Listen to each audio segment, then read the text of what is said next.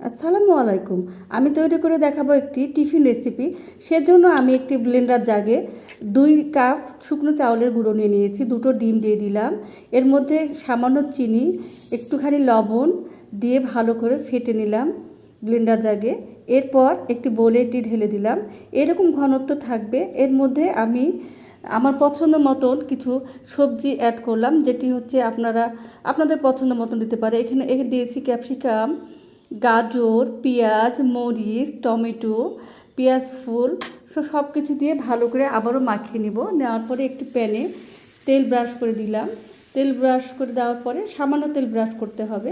এরপর উপকরণগুলো আমি ঢেলে দিলাম এবং খুব ভালো করে এটি দেখুন এভাবে সমান করে দিলাম। এরপর একটি ঢাকনা দিয়ে হালকা আঁচে রাখবো কিছুক্ষণ। এই তো হয়ে গেল। সবাই ভালো থাকুন, সুস্থ থাকুন। আল্লাহ হাফেজ।